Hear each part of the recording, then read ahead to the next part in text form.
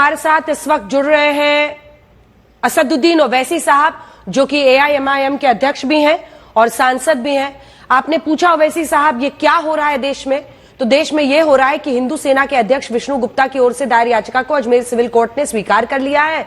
मामले की सुनवाई 20 दिसंबर को तय होगी। अजमेर की ख्वाजा मोइनुद्दीन चिश्ती की दरगाह में संकट मोचन महादेव मंदिर होने का दावा करने वाली याचिका में अब तमाम पक्षों को उन्होंने, जिसमें अल्पसंख्यक मंत्रालय है, दरगाह कमेटी है, भारतीय पुरातत्व सर्वेक्षण विभाग यानी एएसआई है, नोटिस भेजा है। सुनवाई होगी। प्रॉब्लम क्या है, आपत्ति क्या है इसमें?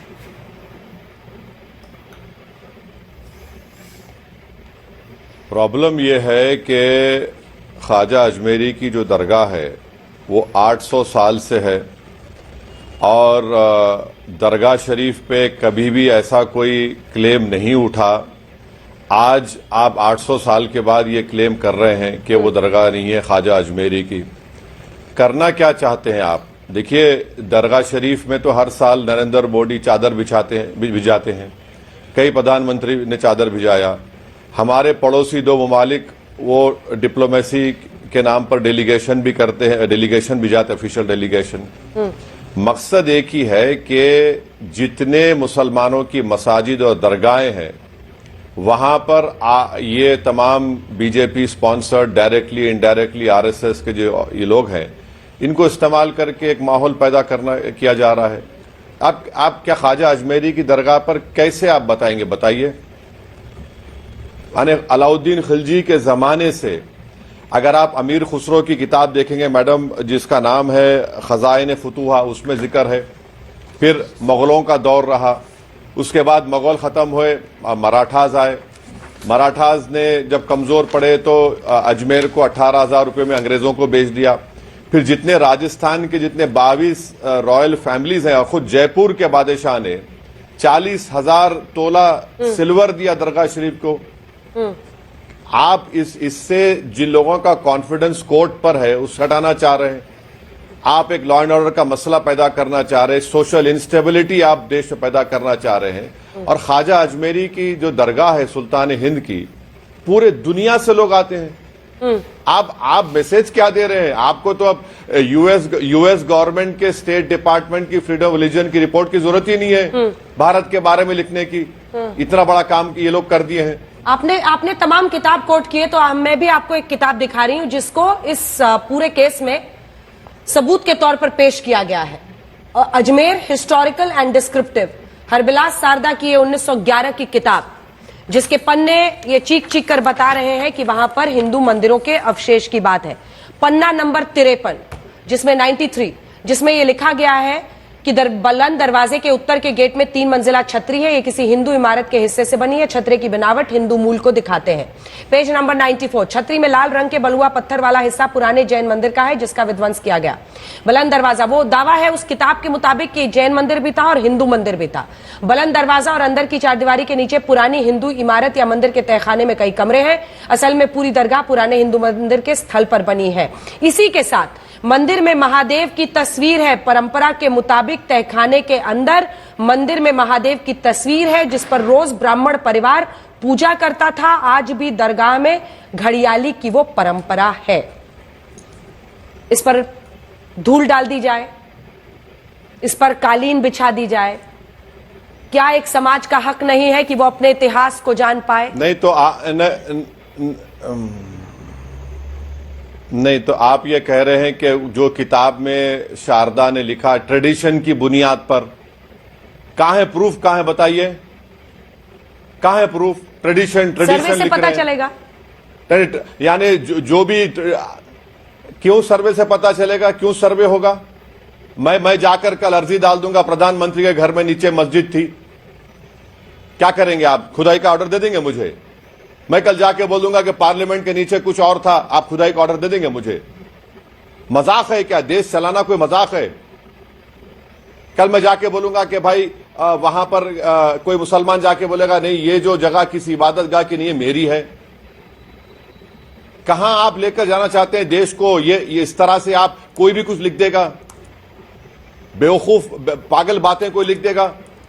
ट्रेडिशन क्या ट्रेडिशन है? कौन से ट्रेडिशन की आप बात कर रहे हैं? इसीलिए मुझे मालूम था कि आप बोलेंगे। मैं आपको 13 सेंचुरी किताब अमीर खुसरो की कोट किया हूं। प्रधानमंत्री जितने हैं वो वहां पर चादर भेजते हैं। आज आकर आप बोल रहे ये होगा। सर आप तो दावे की जो बात कर रहे हैं, नहीं सुनिए ना वैसी साहब वक्फ वाले यही कर रहे हैं। 2 दिन पहले सर एटा में एक हिंदू परिवार के एंसेस्ट्रल जमीन को वक्फ प्रॉपर्टी कहने के लिए वहां पर एक पूरी भीड़ पहुंच गई, जिस मामले में फरहान और रफीक को अरेस्ट किया गया है। वो उस परिवार पर हमला भी करते हैं कह के ये वक्फ की जमीन है। देखिए मामला क्या है ना, मैं असल बुनियाद पर आती हूं। आप बार बार 1991 के स्पेशल जो वर्शिपिंग एक्ट है उसको कोट करते हैं। 20 मई 2022 को 91 का जो कानून है धार्मिक स्वरूप पता करने पर प्रतिबंध नहीं लगाता है। सुप्रीम कोर्ट ने कहा कि पूजा स्थल अधिनियम जो है 1991 का, प्लेसेस ऑफ वर्शिप एक्ट 1991, उसके तहत किसी पूजा स्थल के धार्मिक चरित्र का पता लगाना पर प्रतिबंध नहीं है। न्यायमूर्ति DY चंद्रचूड़, न्यायमूर्ति सूर्यकांत और न्यायमूर्ति PS नरसिम्हा की पीठ ने ज्ञानवापी मस्जिद विवाद की 1 घंटे की सुनवाई के दौरान महत्वपूर्ण टिप्पणी करते हुए कहा कि इसने 2019 के अयोध्या फैसले में पूजा स्थल अधिनियम के प्रावधानों पर गौर किया और धारा 3 पूजा स्थल धार्मिक चरित्र सुनिश्चित करने पर स्पष्ट तौर पर रोक नहीं लगाती है। यानी आम भाषा में बोले तो सर्वे पर रोक नहीं है। चरित्र बदलने पर रोक है लेकिन सर्वे पर रोक नहीं है। पहले तो मैडम सुनिए मैडम, पहले मैं बड़ी इज्जत के साथ आपसे अर्ज कर रहा हूं, जो कोई भी आपको लिखकर दे रहा है ना वो नंबर 1 का थम्स अप है। एक ओरल ऑब्जर्वेशन को आप जजमेंट का रोल दे रहे हैं। क्या है मैडम, ये कौन कह रहा है आपको? एक ओरल ऑब्जर्वेशन था ऑन द एक्ट और यही जस्टिस चंद्रचूड़ साहब ने सुन तो नहीं सॉरी देखिए मैडम, ओरल ऑब्जर्वेशन अलग होता है, जजमेंट अलग होता है। आप ओरल ऑब्जर्वेशन को जजमेंट कर आप दे देंगे तो फिर इसका मतलब नरेंद्र मोदी पर जो हाई कोर्ट ने, सुप्रीम कोर्ट ने कहा था कि रोम जल रहा था और नीरू बांसुरी बजा रहे थे, मैं बोलूं वो तो ओरल ऑब्जर्वेशन था। वो ओरल ऑब्जर्वेशन जजमेंट का स्टेटस नहीं दे सकते आप। मैं आपको बता रहा हूं कि बाबरी मस्जिद के केस में नॉन डिट्रोगेशन के प्रिंसिपल की बात हुई थी। और क्यों हुई थी? भारत जो है आर्टिकल 21 ICESCR का सिग्नेटरी है। नवतेज का केस है सुप्रीम कोर्ट का। आप खुद कह दिए हैं कि प्लेसेस ऑफ वर्शिप एक्ट में आप नहीं बदल सकते उसको।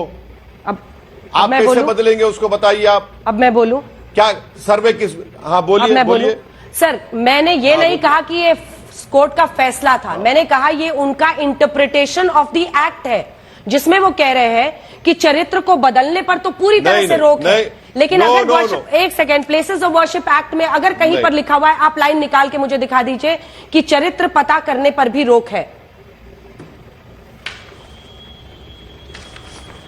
एक बात सुनिए मैडम, जब पार्लियामेंट में कानून बन गया कि 15 अगस्त 47 को जिस किसी समुदाय का रिलीजियस प्लेस होगा वो सील हो गया, कुछ चेंज नहीं होगा। जब वो सील हो चुका है तो एसेटन की कहां बात आ रही है? आप तो पार्लियामेंट के जो कानून बनाने के तरीके से आगे जा रहे हैं और वो एक ओरल ऑब्जर्वेशन को आप जजमेंट का रूप दे रहे हैं। आज भी सुप्रीम कोर्ट में पेंडिंग है वो, और सुप्रीम कोर्ट सुनवाई करेगा उस बारे में। सर मैं तो कह रही हूं अगर उस एक्ट में ये किस लिए रहेगा? एक्ट में अगर ये लूपहोल है तो आप बैरिस्टर हैं, आप कुछ कीजिए ना, जाइए ना इन लोगों की बिना पर आपके। देखिए मेरा असल सवाल पर आते हैं, वैसे साहब को मेरे साथ दिखाइए एक बार असल सवाल सर। और एकदम दो टूक सवाल पूछ रही हूँ, सीधा सवाल। मैं बोलता हूँ। पहले सुनिए सर, सवाल सुनिए please sir, please listen to my question. My question is कि जब एटा में वक्फ की जमीन है, ये परिवार की जमीन नहीं है, ये वक्फ की जमीन है, ऐसा कहकर भीड़ हमला कर देती है, तब कुछ नहीं बोलना है। लेकिन अगर हिंदू पक्ष कोर्ट में जाके कहता है कि हमें सर्वे करने दीजिए, हमें पता करने दीजिए कि ये मस्जिद थी या मंदिर था, तो ऐसे में ये गलत है, ये कैसे चलेगा सर? बिल्कुल चलेगा, क्योंकि भारत की सबसे बड़ी पंचायत लोकसभा राज्यसभा ने कानून बना दिया है। आप कानून के खिलाफ कैसे जाएंगे? अब रहा सवाल वक्फ की प्रॉपर्टीज का, तो आप सीओ को बुला लीजिए उत्तर प्रदेश के, जो भी है शिया सुन्नी के, उनसे पूछिए अगर वक्फ की प्रॉपर्टी है तो वक्फ की प्रॉपर्टी है। पंजाब हरियाणा हाईकोर्ट का 2 दिन पुराना जजमेंट है कि अगर उसका गजीट है कि वो वक्फ है तो वक्फ रहेगा। वो पंजाब हरियाणा हाईकोर्ट का 2 दिन पुराना जजमेंट आपको बोल रहा हूं मैं। आप देखिए, आप ये बताना चाह रहे हैं कि हम पूरे मुसलमानों की जितनी मसाजिद दरगाह हैं वो गलत है। ये बोल दीजिए ना, ये बोल दीजिए कि हाँ पूरी गलत है। तो फिर कानून क्यों है? कानून को हटा दीजिए आप। मैं जिस दिन आपके प्रोग्राम पर आया था, जब बाबरी मस्जिद राम मंदिर जजमेंट आया था, आप प्रोग्राम उठाकर देखिए। मैंने आपसे कहा था कि देखना इस जजमेंट जो गलत है, आस्था की बुनियाद पर दिया गया, इसमें कई मसले खुल जाएंगे। आज मैडम मैं आपको बता रहा हूं 15 ऐसे दरगाह और मसाजिद पर केस पड़ चुका है।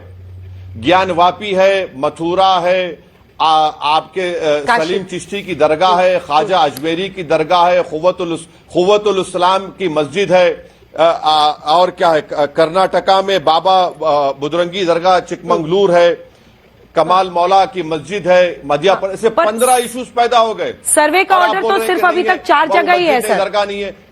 सर्वे का ऑर्डर तो 4 ही जगह है। एक तो शाही जामा मस्जिद संभल में जहां पर 2 दिन सर्वे हुआ है, ज्ञानवापी मस्जिद जहां पर 2 दिन सर्वे, भोजशाला धार मध्य प्रदेश जहां 98 दिन सर्वे हुआ है, श्री कृष्ण जन्मभूमि शाही ईदगाह जो मस्जिद मथुरा है वहां पर सुप्रीम कोर्ट ने फिलहाल रोक लगा दी है, लेकिन सर्वे के ऑर्डर्स यहीं पर आए थे।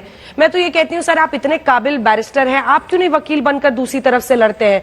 या आपके लिए भी सिर्फ ये एक पॉलिटिक्स को उकसाने का माध्यम है? क्योंकि यही आरोप आप बीजेपी पर भी लगाते हैं ना, आरएसएस पर लगाते हैं। नहीं, ये जो मोदी सरकार तो सुप्रीम कोर्ट में 91 प्लेस ऑफ वर्शिप एक्ट पर केस पड़ा, अपना जवाब ही नहीं दाखिल कर रही है। जवाब दाखिल करने के लिए बोलिए। अब आपको एक एग्जाम्पल बताता हूं, ये एक्ट का कैसे इस्तेमाल गलत करने की कोशिश की जा रही है। संभल की मस्जिद का मामला है, वहां पर क्या किया पिटिशनर ने? सबसे पहले तो जो पिटिशनर है, जो लॉयर है, वो उत्तर प्रदेश सरकार का स्टैंडिंग काउंसिल है, उसको परमिशन मिला नहीं मिला अलग वो बताएगा। उन्होंने क्या कहा कि हमको राइट ऑफ वे चाहिए मस्जिद में। अब मेरे को आप बताइए मैडम, अगर कोई राइट ऑफ वे चाहता है तो सर्वे की क्या जरूरत उसमें? उनका प्रेयर पढ़ लीजिए, प्रेयर में लिखा है राइट ऑफ वे चाहिए। उसी दिन कोर्ट में आता है, कोर्ट दोपहर में सुनता है और 1 घंटे के बाद ऑर्डर दे देता है, और 45 किलोमीटर कोर्ट से मस्जिद का रास्ता है, पुलिस पूरी तैयार वहां पर।